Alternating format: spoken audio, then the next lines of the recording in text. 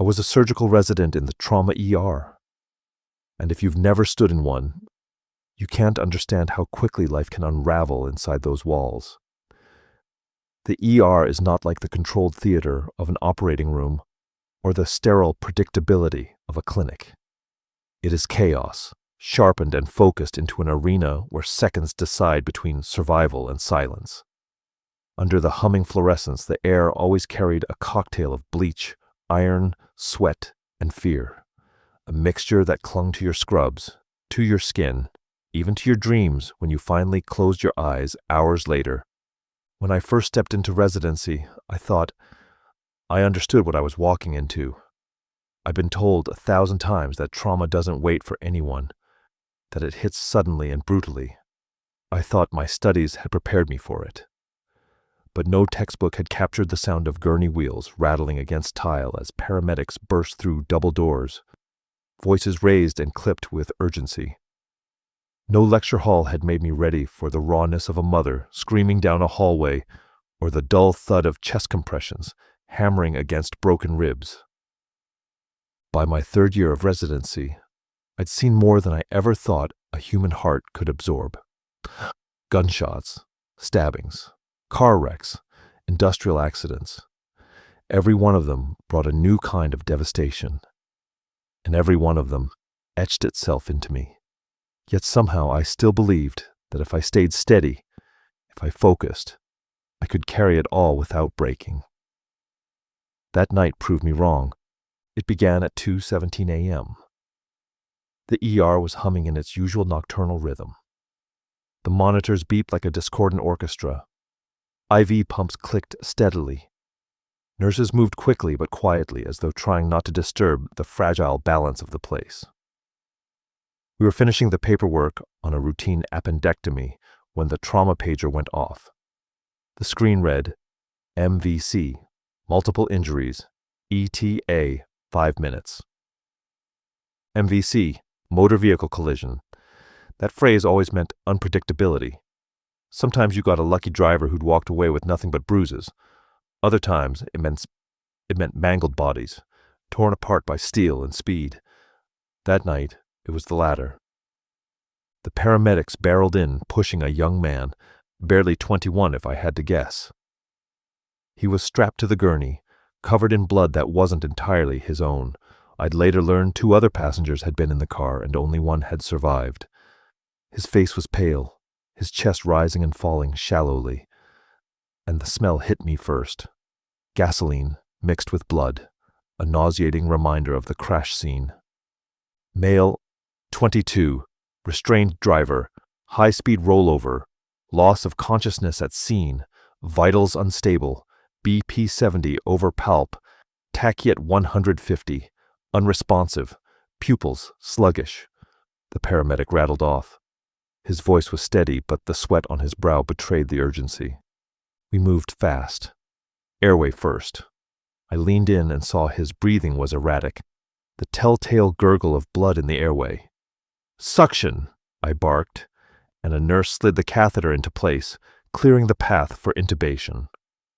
His body jerked as we inserted the tube, then fell still again. Oxygen saturation ticked up slightly. A small victory, but in trauma, victories are fleeting. Next was circulation. His chest was rising, but shallow, too shallow. We stripped his shirt and my eyes caught the bruising blooming across his torso like dark spreading ink. Seatbelt sign, they called it.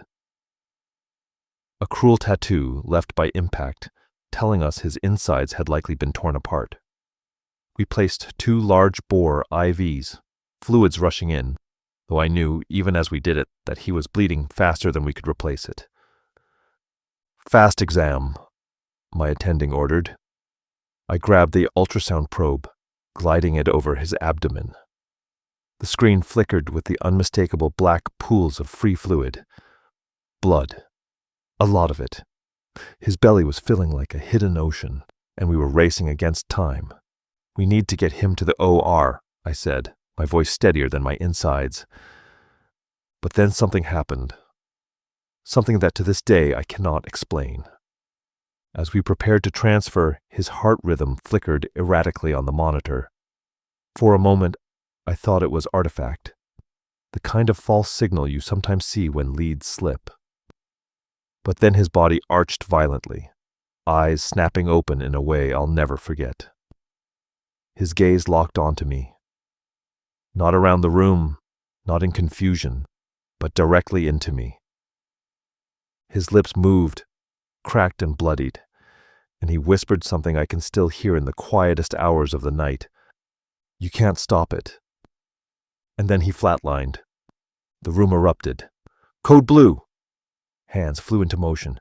Compressions began. Medications pushed, but I barely registered it.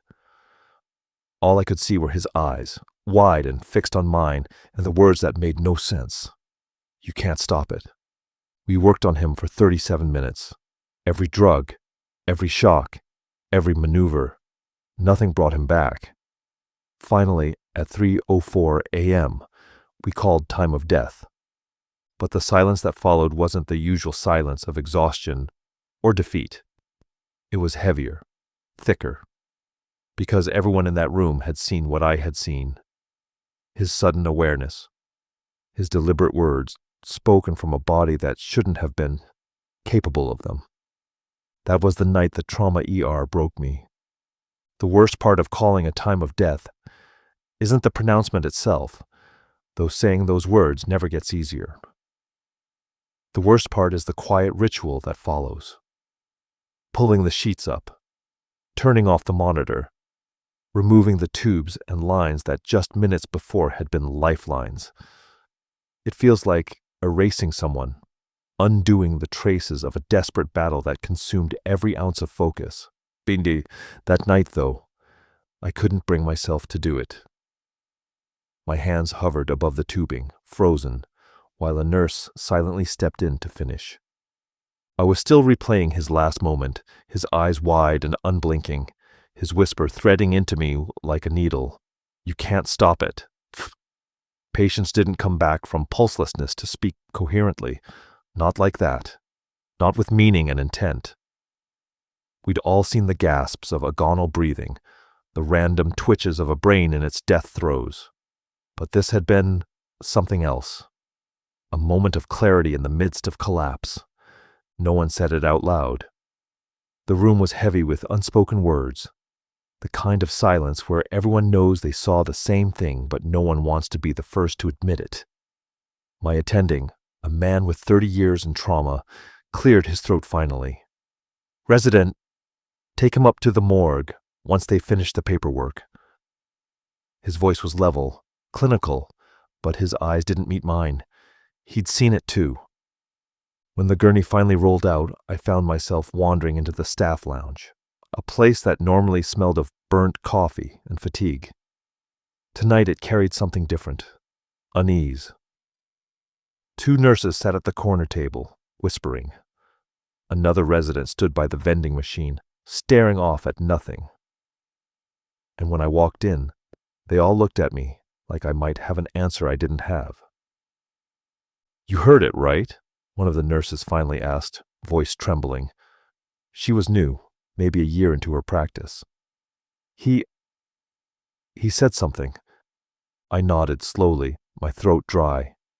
He said, "You can't stop it." No one spoke for a long moment. The words hung there, chilling, like a cold draft creeping under a door. Later, after my shift, I stayed behind for the autopsy briefing. Normally, residents weren't required, but I couldn't walk away from this one. The pathologist was meticulous, his scalpel tracing the devastation inside that young man's body. Liver lacerations, splenic rupture, multiple rib fractures, a torn aorta. Any one of those injuries could have killed him. Combined, they made his survival impossible from the moment the car rolled. Medically, the explanation was simple. Catastrophic trauma, unsurvivable injuries, cardiac arrest, open and shut. Yet none of it accounted for those last words. No severed aorta patient sits up and speaks intelligibly. Seconds before death, the physiology doesn't allow it. And yet, he had. In the days that followed, I found myself slipping into strange patterns, replaying the case again and again, as if somewhere in the sequence of suctioning, tubing, compressions, and fluids, I'd missed a rational explanation. I pored through journals, case reports, neurological phenomena. Some studies describe brief bursts of lucidity in dying patients, but they were anecdotal, rare, and never so precise. It began to seep into my sleep. I'd close my eyes and see his face, those eyes pinning me, his whisper threading through the dark. "You can't stop it." Sometimes I woke drenched in sweat, convinced I'd missed something that could have saved him. Other times I woke with a deeper fear that it wasn't about medicine at all, that what he had said wasn't about his body failing, but something larger, something unseen. One evening, exhausted, I tried to voice this to my attending. He listened quietly as I stumbled through the memory, my words halting between clinical detail and haunted reflection. When I finished, he leaned back in his chair, sighing. "You know," he said, "you're not the first resident to see something they can't explain." I frowned. "You mean, like this?" He nodded slowly, his eyes distant. "I've had patients look straight through me, say things they couldn't have known, couldn't have had the strength to say. And then they're gone. You'll find some way to explain it. Shock, misfiring neurons, coincidence. That's what most do. But you'll also find, when you're alone, it doesn't feel like that." His words chilled me more than comforted, because I realized he was telling me something he'd never put in a chart, never spoken in front of a full room, a confession from one doctor to another, spoken in the quiet margins of medicine. That night, I walked out of the hospital into the cold air of the city. The streets were slick with rain, and the ambulance bay lights glowed on the pavement like ghostly reflections. I stood there longer than I should have, staring at the empty bay where hours before that young man had been wheeled in, alive but already slipping away. I thought of his whisper again, and it didn't feel directed at himself. It felt directed at me, at us, at the idea that medicine could always prevail if we tried hard enough. For the first time, I felt the cracks forming in the armor I'd built as a resident. We were trained to endure, to keep distance, to compartmentalize. But there was no compartment for this. His words had lodged in me like shrapnel, and I knew they weren't going to fade with time. That was the beginning of the unraveling. The morning after the case, I sat down with the chart, as was expected. Documentation was as much a part of residency as sutures or intubations. The electronic record blinked back at me with its familiar blue and white fields: arrival time, initial vitals, interventions, outcome. I typed it all in, every labor detail: airway secured, bilateral IV access, fast positive, hypotension refractory, transfusion initiated, cardiac arrest, time of death.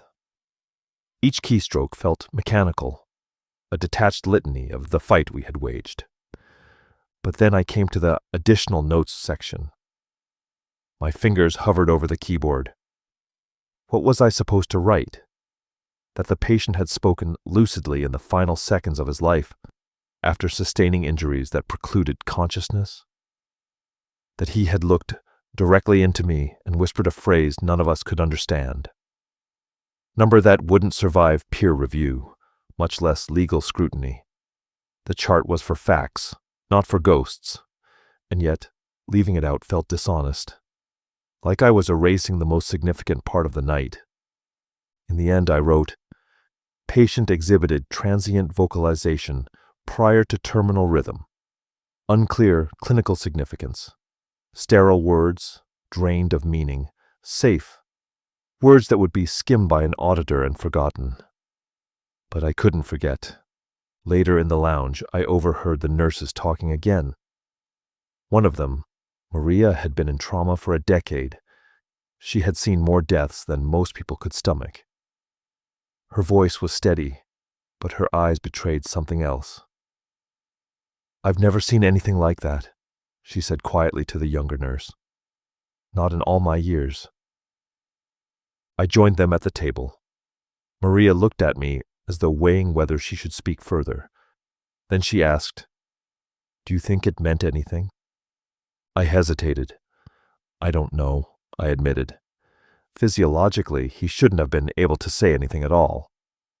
The younger nurse shifted uncomfortably. "He looked at you, doctor. Not at the room, not at us. Just at you, like he wanted you to hear it." Her words settled over me like lead. I hadn't wanted to acknowledge it, but she was right. His gaze hadn't wandered. It had been fixed, deliberate, as though I was the only one he had come there to speak to. Later that afternoon, I cornered one of the paramedics who had brought him in. They were charting by the ambulance bay, sipping bitter coffee. "Did he say anything in the field?" I asked. The medic shook his head. "Not a word. He was out cold from the moment we pulled him. Gurgled a bit, tried to breathe against the blood, but no speech. Honestly, we didn't think he was making it to your doors alive." So whatever those words were, they hadn't been lingering from the accident scene. They weren't a repetition of something he had managed to mumble earlier. They were born in that trauma bay, in those final seconds. I started to test out explanations in my mind, the way you do when confronted with the impossible. Could it have been an electrical misfire, the dying brain releasing a fragment of memory in a final spasm? Could it have been a garbled sound that, in the exhaustion of the night, my mind had shaped into meaning? That's what I wanted to believe. But no, the nurses had heard it too, and we had all heard the same words. I even wondered if perhaps he had been repeating something said at the scene. The phrase had the ring of inevitability, of warning. You can't stop it. Was it about the car? About death? About some inevitability none of us could name?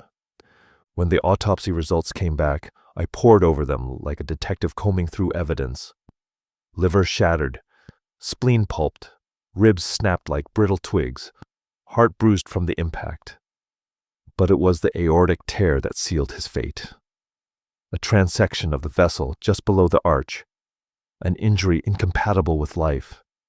His body had been living on borrowed seconds, sustained only by the last flickers of blood pressure and our futile interventions. It was, by every medical standard, impossible for him to have spoken. And yet, impossibility had not stopped him. My attending caught me staring at the report one evening. He laid a hand on my shoulder, an unusual gesture for him. "You're trying to make sense of something that may not have sense," he said quietly. "You'll drive yourself mad looking for an answer in physiology." I looked up at him. "Then what do I do with it?" He sighed, long and heavy. "You carry it, like the rest of us.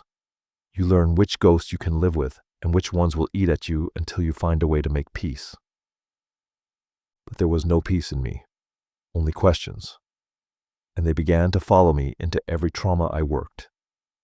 The next time a gunshot victim came in, I found myself staring at his eyes, waiting for something unspeakable to surface. When a child coded after a drowning, I caught myself holding my breath in those last moments, half expecting another impossible whisper. And in the quiet stretches of night shifts, when the halls of the ER seemed too still, I'd hear his voice again. Not loud, not intrusive. Just a whisper threading through memory. You can't stop it.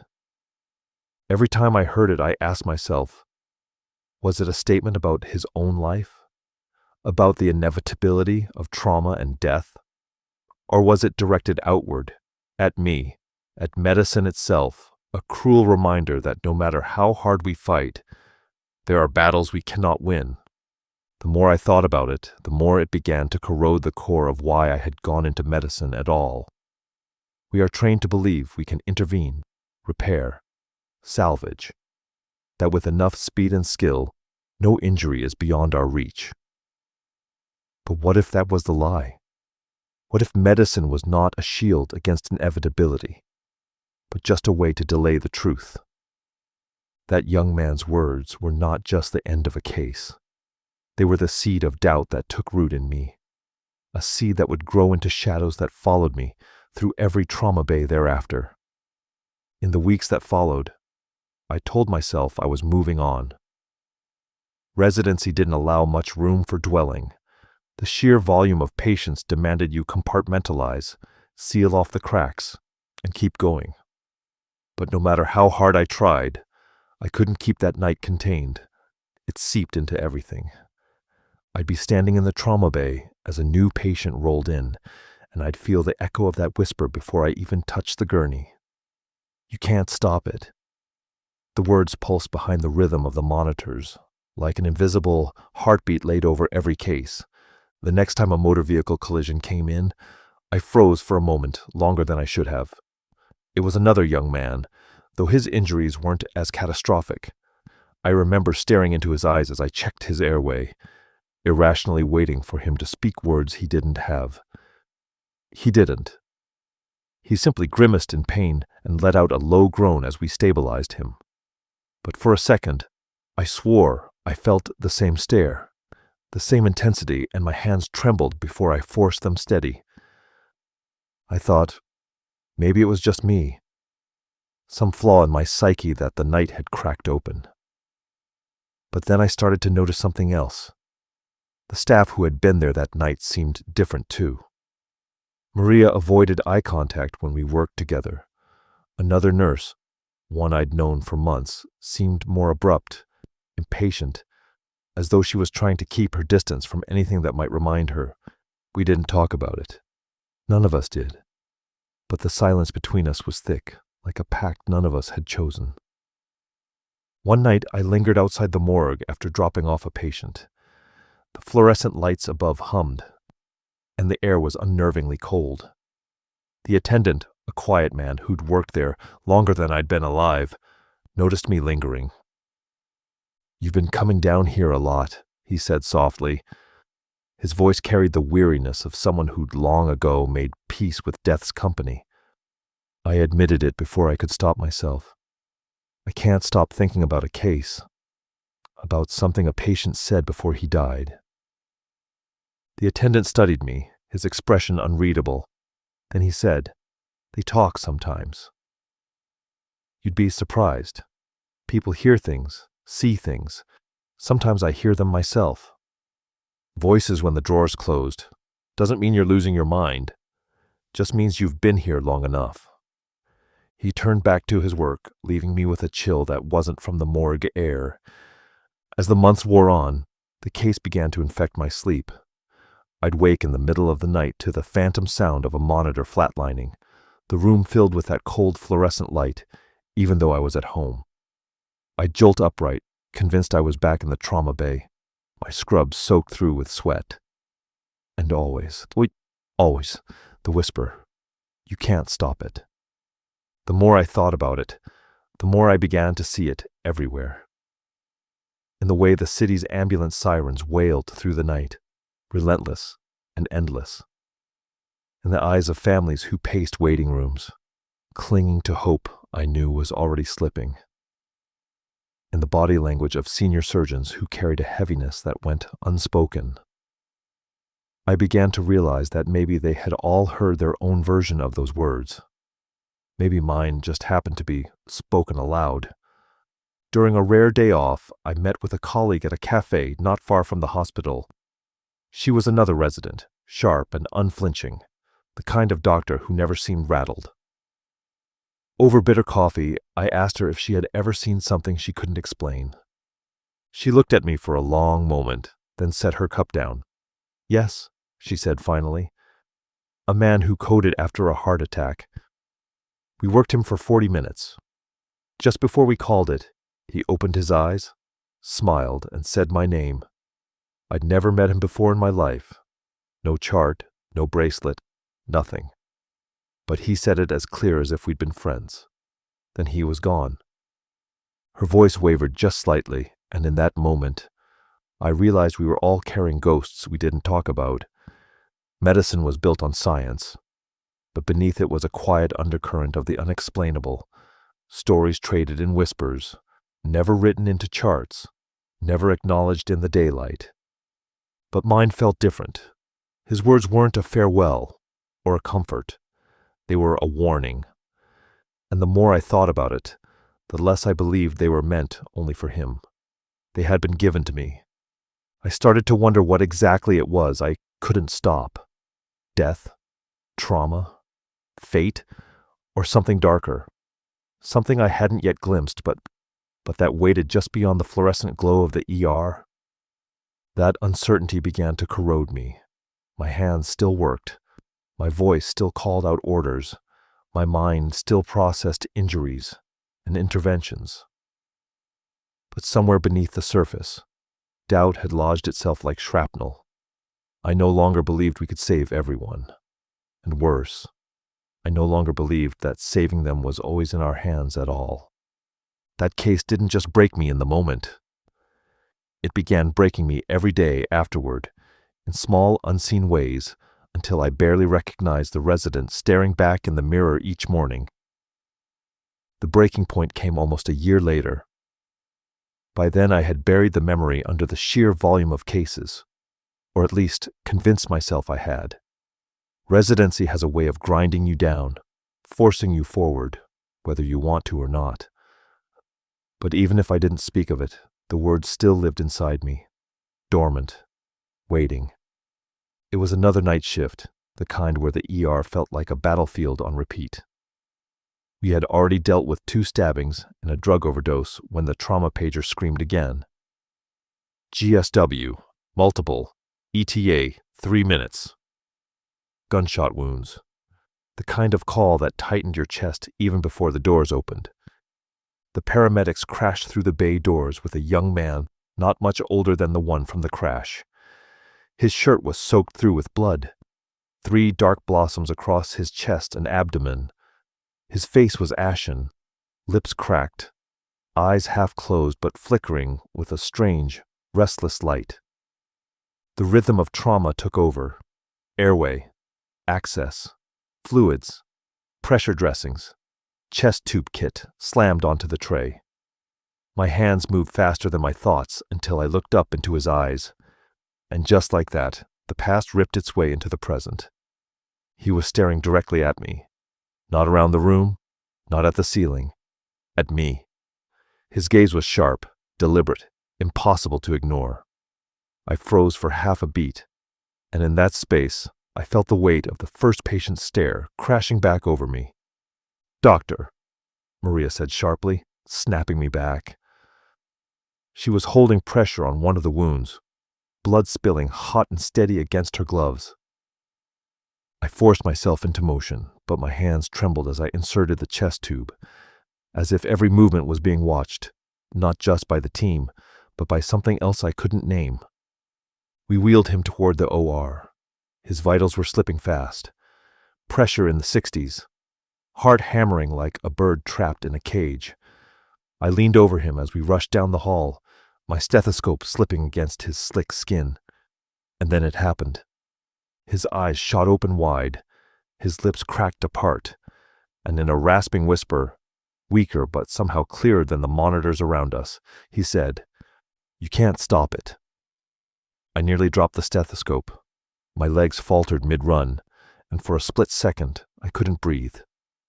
The words hit me like a physical blow, dredged up from the memory I had fought so hard to bury. "Doctor!" my attending barked. "Stay with us." We burst into the OR, lights blazing, sterile packs torn open in a frenzy. We cracked his chest, suctioned, clamped, transfused. Every maneuver drilled into me over years of training came to bear. But it was like fighting a tidal wave with bare hands. He slipped through us, minute by minute, until finally the monitor flatlined, the tone steady and merciless. We worked him another 20 minutes. No response. At 4:22 a.m., time of death was called. I stood back, my gown soaked, my gloves dripping red. Around me, the team began the ritual movements of ending a code. Instruments dropped into trays. Lines pulled. Monitors silenced. But I couldn't move. My eyes were fixed on the still face of the young man who had repeated the impossible words. Maria's voice broke the silence. Soft. Almost a whisper. "Did you hear it again?" I looked at her, and the expression in her eyes told me she had. She had heard it too. That night, something inside me fractured completely. Once could be dismissed. A hallucination, a misperception, the wishful projection of a dying brain. Twice could not. 2 patients, months apart, different injuries, different nights, the same whisper, the same stare, the same words carved into me like a brand. I stumbled out of the OR afterward, peeled off my gown and gloves, and walked straight out of the hospital. I didn't even sign out to the resident covering. The dawn was breaking, the city painted in cold gray light, and I stood in the ambulance bay shaking, my scrubs still wet with blood. I felt as though the whole world had shifted, like I had crossed some invisible line. I asked myself the question I had avoided for months. What if this wasn't about medicine at all? Maybe it wasn't a coincidence. Maybe it wasn't misfiring neurons or agonal gasps. Maybe it was something we weren't meant to understand. Something threaded through the fabric of death itself, breaking through only when the body was too broken to hold it back. And why me? Why had both patients fixed their eyes on me, out of every face in the room? Why had they chosen me to deliver the same message? I went home that morning and sat in the dark, unable to shower, unable to sleep. The blood dried stiff on my scrubs, and the words echoed again and again. You can't stop it. That was the moment I knew that Trauma E.R. hadn't just broken me. It had marked me. The call came in just past 3 a.m, the time of night when exhaustion starts to blur into a strange clarity. GSW, multiple to chest and abdomen, ETA 3 minutes. The trauma bay bristled with motion. Nurses pulled crash carts into place. Respiratory wheeled in the ventilator. Anesthesia was paged.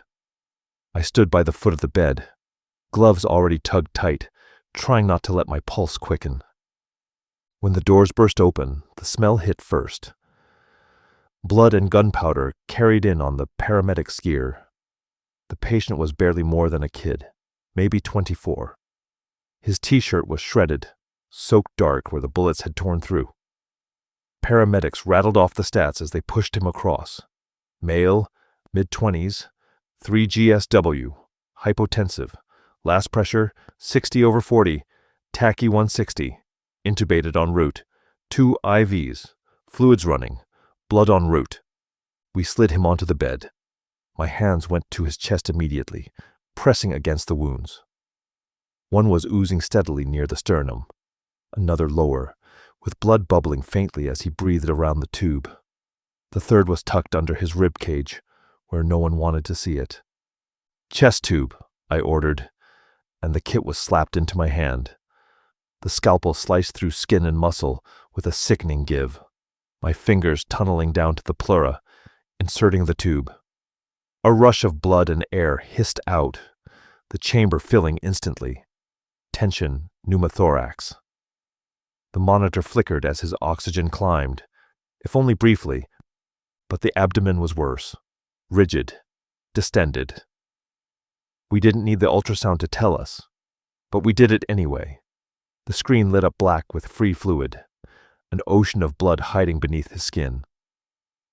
"Or now," my attending said, his voice flat. No hesitation. We began rolling, the hallways a blur of cold fluorescent light, our shoes squeaking as we pushed with everything we had. The monitors beeped in rapid fire, each tone higher, more desperate. I leaned over him, stethoscope pressed to his chest, trying to hear through the chaos of fluid and failing heart. And then his eyes snapped open. For a split second I thought it was just a reflex. The surge of adrenaline, or hypoxia firing one last misfired signal.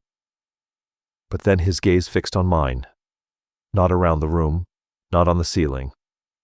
On me, direct, unyielding, as though the entire hallway had narrowed down to the two of us. The tube muffled his voice, but somehow he forced air around it, his lips trembling, blood flecking at the corners. The words rasped out, soft but sharp enough to cut through every sound in the corridor. "You can't stop it." It was the same cadence, the same tone, the same impossible clarity I had heard almost a year before. My body went cold, my hands faltered, the stethoscope slipping from my fingers. For half a beat, the team's frantic momentum carried me until Maria's voice snapped me back. "Doctor, stay with him." We crashed into the OR, lights flaring overhead, scrub nurses tearing open sterile packs. "Prep for thoracotomy," my attending barked, already pulling on his gown. I snapped mine into place, adrenaline washing through me like ice. We opened him a midline, blood spilling out in a tide. Suction roared, the sound drowning out thought. My hands trembled as I held retractors, staring into the chaos of torn vessels and shredded tissue. We clamped, packed, transfused, but it was like trying to plug holes in a sinking ship. "Clamp the aorta," the attending ordered. I slid the vascular clamp high, pinching off what little circulation remained. For a moment, the monitor flickered upward, pressure climbing, the faint illusion of hope. But then it dropped again, inexorable, unstoppable. We pushed epi, we shocked, we massaged his heart in our gloved hands. And still, the line on the monitor flattened, the beeping stretching into a long, merciless tone. "Time of death, 4:22, the attending said finally, his voice heavy. The OR fell silent except for the hiss of suction winding down. My hands were still deep in his chest, trembling, unwilling to let go. Maria gently touched my arm. "Doctor," she whispered, her voice low, almost reverent. "You heard it again, didn't you?" I pulled my hands back slowly, staring at her through the visor of my mask. She didn't need me to answer. She already knew. Around us, the team began to clean, their movements ritualistic, practiced. But no one met my eyes. No one wanted to put words to what we had all just witnessed. I stripped off my gown, my gloves, blood running down my forearms, and stepped back from the table. The young man's body lay open under the OR lights, silent now, but the words he had spoken pulsed through me, louder than the flat line still echoing in the room. "You can't stop it." 2 patients, 2 deaths. The same impossible phrase. It was no longer coincidence. No longer something I could push aside as exhaustion or misperception. It was a pattern, a message, carved into my life with surgical precision. That was the night the Trauma E.R. didn't just haunt me, it consumed me. After the second case, I stopped pretending that I could explain it away, pretending that medicine always had an answer, pretending that what I had seen was just exhaustion or coincidence or the tricks of a dying brain. I carried both of their faces with me, as vividly as if they were still lying on stretchers under the fluorescent glow of the ER. Their eyes, locked on mine with impossible clarity, their words, etched in whispers that defied physiology. "You can't stop it." I tried every rational angle. I searched the journals late into the night, scrolling through obscure neurology reports about terminal lucidity, bursts of cognition in the moments before death. Some articles claimed dying neurons could create the illusion of awareness. But they didn't explain the precision. They didn't explain why both young men had formed the same exact sentence, with the same intensity, months apart. I asked myself if it was stress, if my own brain, cracked by residency and sleepless nights, had stitched meaning where there was none. But I hadn't been alone. Maria had heard it too. The other nurses had whispered about it after the first case. And no matter how much I wanted to believe, I had imagined it. I couldn't explain the look on their faces, the same fear mirrored in their eyes. Sometimes I wondered if it was about death itself, that the boundary we call the end of life isn't clean, that something seeps through in the final seconds. Maybe what they said wasn't about their deaths at all, but about something broader.